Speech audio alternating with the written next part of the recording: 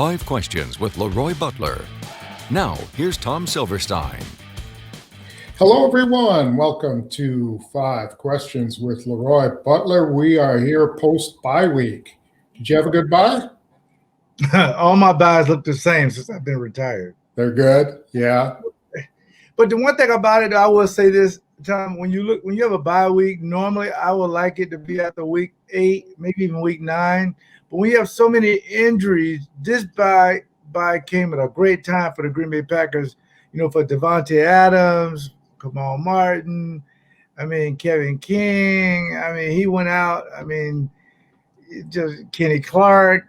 They had so many guys that were injured. If they can get some of those guys back, I think it'll be great. But the problem is, Tom, they got like 12 or 13 weeks. Depends if they have a COVID episode or not, of 12 straight weeks of football. So you got to make sure your team is healthy down the stretch. Yeah, and you know what I wonder too is if you had your choice, you're 4-0 and you're on a roll. Do you really want your bye week right away? Don't you want to continue to build the momentum that you had through the first 4 weeks of the season? No, I don't want to play without Davante Adams. If they can give him a week to heal up, and I can get him for the stretch run, I'd rather have that. Although I know they said they're 5-0 without him, I don't want to keep chancing playing teams without my best player, especially when you're playing a team like Tampa, who some people in the media, not me or you, thought Tampa would be representing the Super Bowl at home since the Super Bowl is in Tampa. I just think that Matt LaFleur's been doing a fantastic job of keeping these guys focused. And remember, some of these guys, Tom, they were just completed their 4th preseason game in a normal world. So you give them the bye week to study longer. Chris Barnes, get these guys studying more, because you're going to have these guys going to have to play a lot of downs.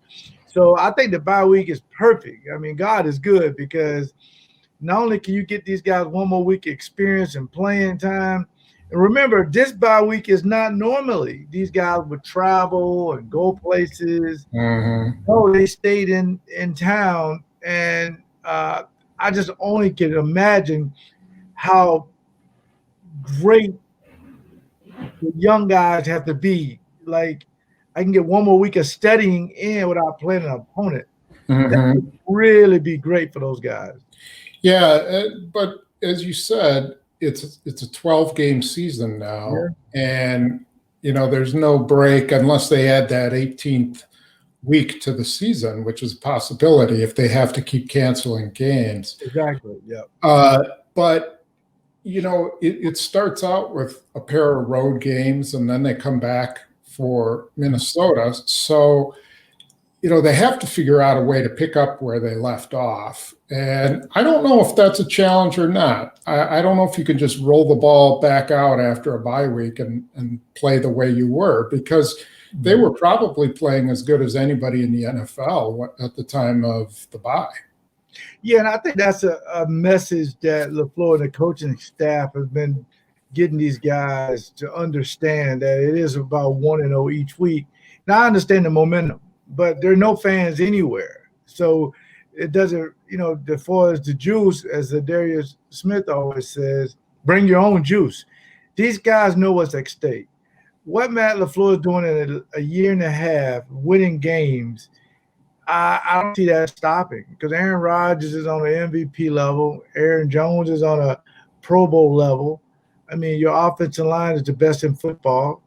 And I really believe your defense can improve upon tackling in the bye week. They can talk about these things.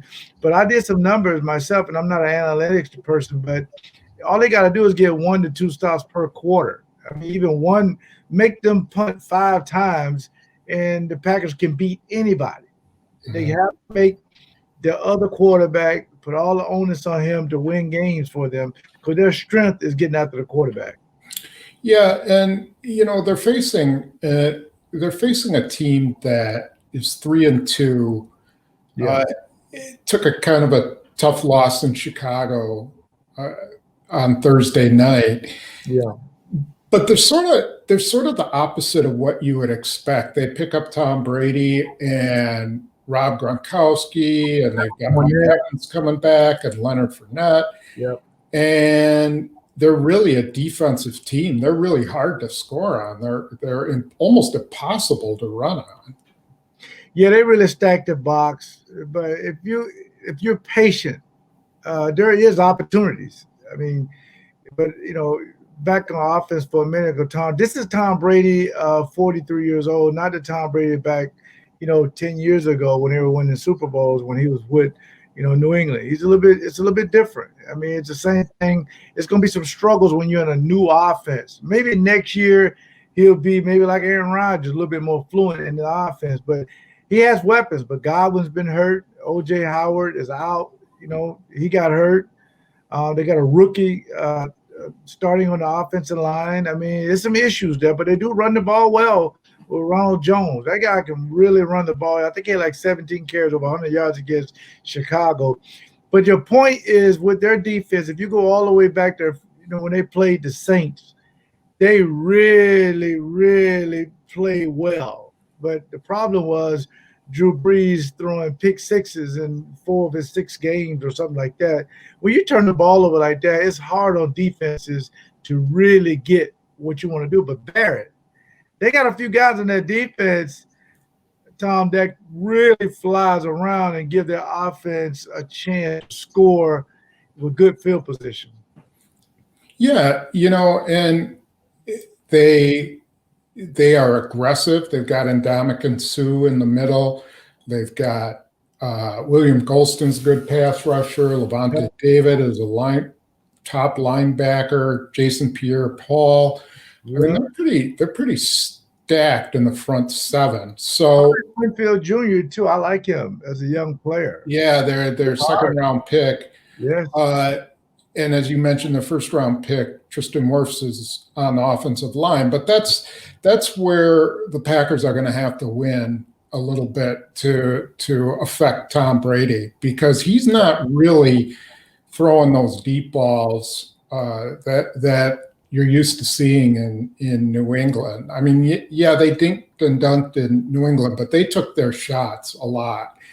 And here, he's got Mike Evans, but I just don't know if he's had the time to sit back there and really dissect the team. That's why the multiple tight ends said with O.J. Howard, him and Gronk were 2 big guys. They can chip before they go out, because you're right, Evans has always been a deep threat regardless of the quarterback. But now they want to do a lot of things. If you take Bruce Arians back when he was in Arizona, they threw the ball a lot to a lot of different receivers. But again, if you get Tom Brady off his spot, you have some opportunities. Yeah. I mean, Khalil Mack was in his face all night long. Yep. And, the Bears had pressure on him constantly. And it really affected his game. And I don't think Rob Gronkowski is the player he once was. You can see he can still catch the ball, but he doesn't run like he used to. Right. So, but they still have to keep an eye on him. I mean, it's an offense that can beat you, but I just think the Packers, they need to come out playing like they did before, and if they don't, they got a shot at losing this game. You see, that's the thing about it. I sound like a broken record, but this isn't a good case. Matt LaFleur has his team really focused, man. I really do. Matter of fact, I'm working on something this week, Tom, and we'll talk about it later about how Atlanta, Rams, Tennessee, how you let a talent like Matt LaFleur get out from underneath your wings, and we benefited from that. But for some reason, he has the ear of his locker room and his leaders. His leaders are saying, let's just stay focused. But before the season, now let's be honest, before the season, you looked at this game as a pivotal game early in the season. Mm-hmm. And you thought maybe Tampa would be 4-0 and maybe the Packers would be 3-2. But for some reason, the Packers weren't the best in the league at scoring. Their defense, is not rated very high, but they play just well enough, to win games. So I think it'll be a very good game, but I think for the most part, the Packers have too much talent on offense, especially if you get Davante Adams back. I mean, that guy's truly amazing. You have fresh legs, and I just look for them to win this game. And I want to see the continued success of Robert Tonyan and Aaron Rodgers' chemistry. I like to see that. That's that Brett Favre Tremura chemistry down in the red zone. So if you're the Packer, you can still create your own momentum, but at the same time, you got to stay focused and understand that going 5-0 really increases your chances, not only staying alongside Seattle, but it puts you in a position to where teams have to come after you now, and you can just be aggressive. Yep. All right, so you got a prediction for us? Yeah, my prediction, and I thought about this, for a while, because on the road, you would think that teams play different on the road. But if you go back and look the way they played with the Saints and when they played in Minnesota, this team is rolling. I mean, this team is rolling. I expect for them to go down to Tampa, and I think they're going to win by 10 points. I don't know what the spread is. I don't know. I'm just going to go with 33-23 because I think they're just that good. Now, if you're a Packer fan, I think if you're down in that area, I think they may have a few fans at the game. Yeah, they're allowing some fans. Yeah, so normally, Tom, I will say my fans. Back in the 90s, we would have 20,000 people take over the Tampa area. Mm-hmm. Tampa, Detroit is one of the number one destinations. But if you do go, Packer fans, please be safe, wear a mask, social distance, because this is a game that most people circled and got their tickets already as soon as they saw these teams coming out, hoping that the pandemic will either, subsided or they'll be letting fans into the game. So it's going to be a lot of people probably trying to go to that particular game. All right. Well, it'll be, once again, unique. They all are. Yeah. So far, the Packers have avoided any bad COVID situations, and now it's on to the last 3 quarters of the regular season. So yeah. I know you got some people you want to thank and some stuff that you want to mention. Yeah, you can get LeRoy's, my new brat, at GameDayBrats.com.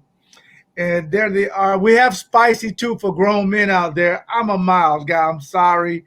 I don't want to drink 3 bottles of water for every hot wing or brat that I eat. So you can have those hot ones. I like mild. You can go to GameDayBrats.com and order yours today. I want to thank Ivanhoe's Pub and Eatery. If you're in the Racine, Mount Pleasant area, they have the best food. You can order pickup, or you can order and go. I think they have a percentage of people can go inside and eat as well if you want to watch games and things like that. That'd be a great way you can go watch the game if you want to try to get out. Pick and Save. I really have to spend a shout out to Pick and Save because we're going to be giving away, hundreds of turkeys between now and Thanksgiving, and Pick and Save is helping me coordinate that. And if you're a young man out there and you want to propose to a young lady, or if the young lady want to propose, I suggest do what I did. Go to shoptjc.com. That's the jewelry center. And trust me, they're going to work with your budget. They're going to make sure your wife is happy. I don't use the word fiance because once you propose to her, she's your wife. That's just me, though. I know I'm in the minority with that. All right. Some guys like to carry that fiance thing, but next thing you know, they're engaged for 15 years. So yeah, make her your wife. Go see the Jewelry Center.